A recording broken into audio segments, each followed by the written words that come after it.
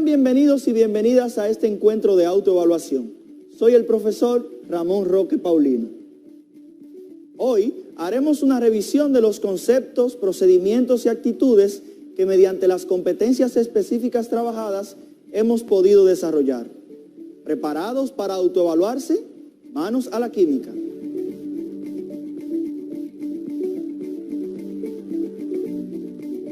Cada una de las intervenciones que hemos tenido durante esta semana buscan que puedas reconocer problemas y situaciones de tu entorno y darles explicaciones utilizando los principios fundamentales de la química.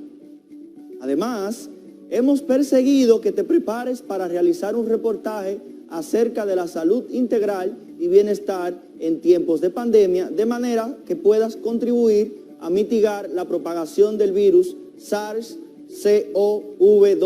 causante de la enfermedad que conocemos como COVID-19. La evaluación es un aspecto muy importante del proceso de enseñanza-aprendizaje. Estamos acostumbrados a que nuestros profesores nos evalúen, que nos corrijan las tareas, que escuchen nuestras intervenciones en clases y, cómo olvidarlo, que nos den exámenes.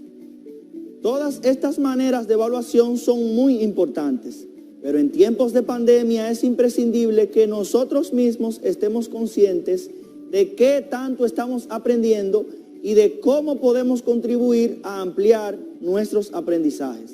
Es decir, es necesario que seamos capaces de autoevaluarnos. Recapitulemos los puntos que hemos visto hasta ahora. Resaltamos el carácter místico y protocientífico de la alquimia, pero que ésta sentó las bases para la existencia de la ciencia que hoy llamamos química. Como todas las disciplinas consideradas científicas, reconocimos el objeto de estudio de la química, la materia. Además, es importante recordar que toda ciencia, y esto no exime a la química, hace uso del método científico para entender los fenómenos que la involucran. Identificamos las ramas y subdivisiones de la química orgánica, la química inorgánica, la química analítica, la química ambiental, la bioquímica, entre otras. Dimos un paseo por las características fundamentales de la materia. Conocimos sus propiedades y algunos instrumentos para su medición, como son el termómetro, que nos permite medir su temperatura, la balanza, que nos permite medir su masa, y la probeta, que nos permite medir su volumen. Reconocimos los diferentes estados de agregación de la materia: el estado sólido, el estado líquido, el gaseoso y el plasma. Además, vimos que la materia puede pasar de un estado de agregación a otro y que cada uno de esos estados de agregación tiene su propio nombre, como fusión, solidificación, evaporación, la condensación, entre otros.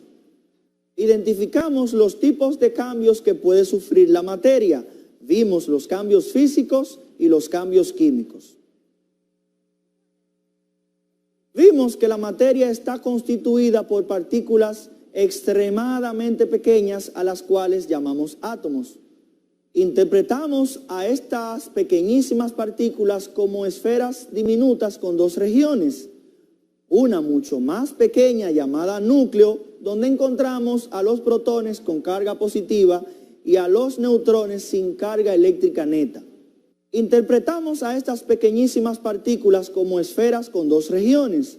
Una mucho más pequeña, llamada núcleo, donde encontramos a los protones con carga positiva y a los neutrones sin carga eléctrica neta. Además de una corteza donde es posible encontrar un tercer tipo de partículas llamadas electrones, los cuales tienen carga eléctrica negativa. También aprendimos que los átomos, cuando se enlazan, forman moléculas y que esas moléculas las podemos representar mediante la escritura utilizando fórmulas químicas.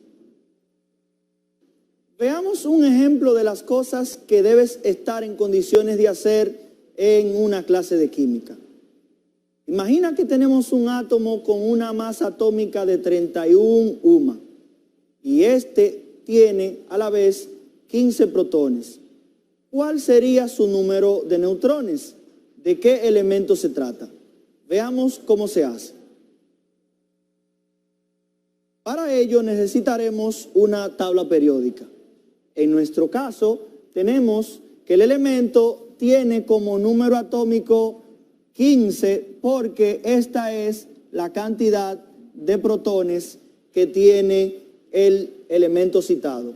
También nos han dicho que el elemento tiene una masa atómica de 31 unidades de masa atómica abreviadas como UMA.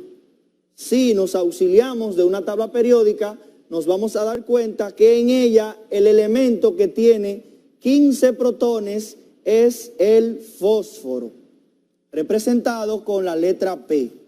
Si nos auxiliamos del símbolo nuclear, en la parte superior del símbolo, parte superior izquierda, podríamos colocar la masa atómica, que es 31, y debajo el número atómico, que es 15. En nuestro ejercicio nos han pedido que determinemos el número de neutrones que tiene nuestro átomo. Para ello, vamos entonces a restarle a la masa atómica, al número de la masa atómica, le vamos a restar la cantidad de protones que tiene nuestro elemento, en este caso 15. Si hacemos esta resta, nos vamos a dar cuenta que el átomo en cuestión tiene un total de 16 neutrones. Esto implica, sepamos nosotros, que el núcleo del átomo, nuestro núcleo, siempre va a contener partículas con carga positiva y además encontramos en el núcleo a los neutrones. Alrededor de ese núcleo y en diferentes niveles y subniveles podríamos nosotros encontrar a los electrones. Veamos otro ejemplo. Imagina que tienes un átomo de cierto elemento cuya masa atómica es 80 UMA y que este átomo tiene un total de 45 neutrones. Entonces, ¿de qué elemento se trata? Veamos. En nuestro caso, nos han dicho que el átomo tiene una masa atómica de 80 UMA. Sepamos que la masa atómica se representa con la letra A. Lo mismo nos han dicho que nuestro átomo tiene un total de 45 neutrones. En este caso, nos preguntan, ¿de qué elemento se trata? Veamos cómo se hace. Nosotros sabemos que en un átomo la masa atómica representa la totalidad de las partículas y que asumimos que cada una de las partículas del núcleo del átomo tiene como equivalencia una unidad de masa atómica. En nuestro átomo, entonces, tenemos unas 80 partículas, de las cuales 45 son neutrones. ¿Y el resto qué son? Protones, por supuesto. Si restamos a 80, le restamos 45, entonces eso nos va a dar un total de 35 partículas que hay en el núcleo. ¿Qué son esas partículas? Protones. En consecuencia, podríamos nosotros utilizar la tabla periódica y buscar el elemento número atómico 35, porque ese 35, los 35 protones, representan el número atómico de un elemento en la tabla periódica. Usamos nuestra tabla y nos damos cuenta que se trata del elemento bromo, cuyo símbolo es B mayúscula, R minúscula. Podríamos nosotros diseñar el símbolo nuclear de ese elemento. Arriba colocaremos su masa atómica, que es 80 UMA, y debajo, en la parte inferior izquierda, colocaríamos el número atómico, que sería 35. Recordemos que el número atómico se representa con la letra Z y para nuestro elemento es 35. Como has notado, esta ha sido una semana muy exitosa. Esperamos que cada uno de los temas que se han planteado aquí sean parte ya de tu acervo académico. En un próximo encuentro continuaremos descubriendo el importantísimo mundo de la química. Hasta pronto.